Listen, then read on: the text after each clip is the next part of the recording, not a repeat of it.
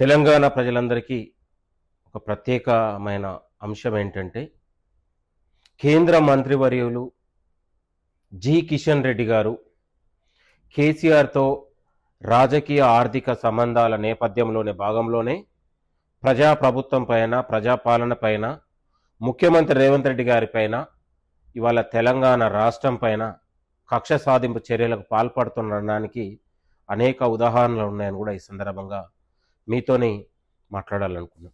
ప్రజలారా, ఇవాళ ప్రజాపాలన అధికారం వచ్చిన తర్వాత కిషన్ రెడ్డి గారు కేంద్ర మంత్రిగా ఉండి తెలంగాణకు తీసుకొచ్చినటువంటి నిధులెంత, తెలంగాణకు తీసుకొచ్చినటువంటి కేంద్ర అభివృద్ధి నుంచి తెలంగాణ రాష్ట్రానికి వచ్చినదెంత ఒకసారి గమనిస్తే ఇవాళ రీజనల్ రింగ్ రోడ్ అయినా, మెట్రో రైల్ అయినా, సింగూరు జలాలైనా, తుమ్మిడి హెట్ అయినా తెలంగాణ ప్రజాప్రభుత్వం ప్రజాపాలన ప్రస్తావించిన ఏ యొక్క అభివృద్ధికి కూడా కిషన్ రెడ్డి గారు నేటికి కూడా సమాధానం లేదు.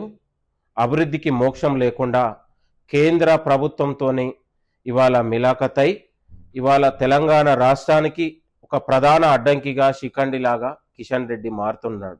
కారణం ఏదంటే గత 10 ఏళ్ల నుంచి కేసీఆర్ ప్రభుత్వంతోని ఆర్థిక రాజకీయ సంబంధాలతోని అంటిపెట్టుకొని ఇవాళ అధికారం పోయిన తర్వాత కూడా ఇవాళ బీఆర్ఎస్ పార్టీకి వకాలత్గా మారి ఇవాళ కేసీఆర్తో రాజకీయ ఆర్థిక సంబంధాల భాగంలోనే ఈరోజు ప్రజాప్రభుత్వం పైన ప్రజాపాలన పైన కక్ష సాధింపు చర్యలకు పాల్పడతా ఉన్నారు.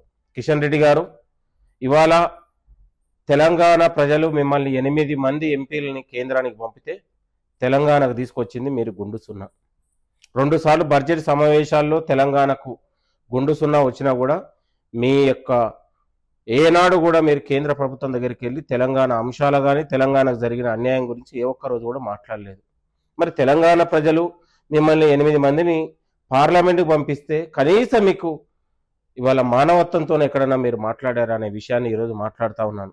కేవలం ఏంటంటే బీఆర్ఎస్తో తనకున్నటువంటి సన్నిహిత సంబంధాల భాగంగానే ఈరోజు గౌరవ ముఖ్యమంత్రి రేవంత్ రెడ్డి గారి పైన కక్ష సాధింపు చర్యలకు పాల్పడతా ఉన్నారు.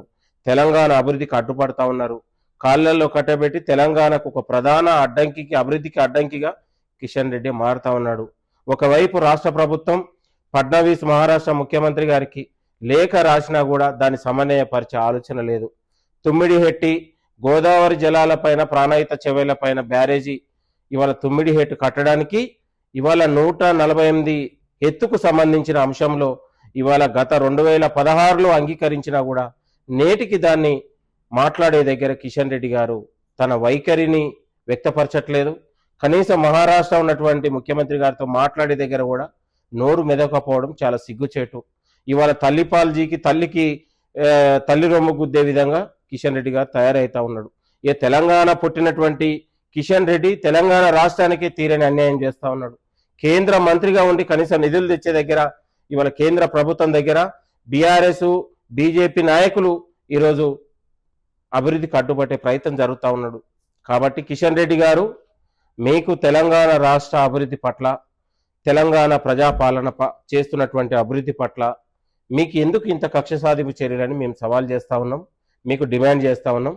దయచేసి తెలంగాణ చేస్తున్నటువంటి అభివృద్ధి కార్యక్రమాలు ఇవాళ రీజనల్ రింగ్ రోడ్డు కావచ్చు, మూసీ ప్రాజెక్టు కావచ్చు, మెట్రో రైలు కావచ్చు, ఇవాళ ప్రాణహిత చేవేళ్ల తుమ్మిడి హెట్ దగ్గర నిర్మిస్తున్న ప్రాజెక్ట్ అంశంలో కావచ్చు, సింగూరు గోదావరి జలాలు ఉన్నటువంటి హైదరాబాద్ తరలింపు దగ్గర కేంద్ర ప్రభుత్వ సహకారం ఎంత, మీ యొక్క సహకారం ఎంత అనేది ప్రజలకు తెలియజేయాల్సిన అవసరం ఉంది.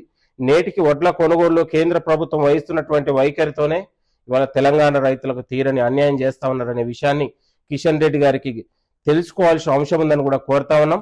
లేకపోతే బీజేపీ నాయకుల్ని అడుగడుగున ప్రతి గ్రామంలో ప్రతి పల్లెల్లో తెలంగాణ అంతటా నిలదీస్తాం.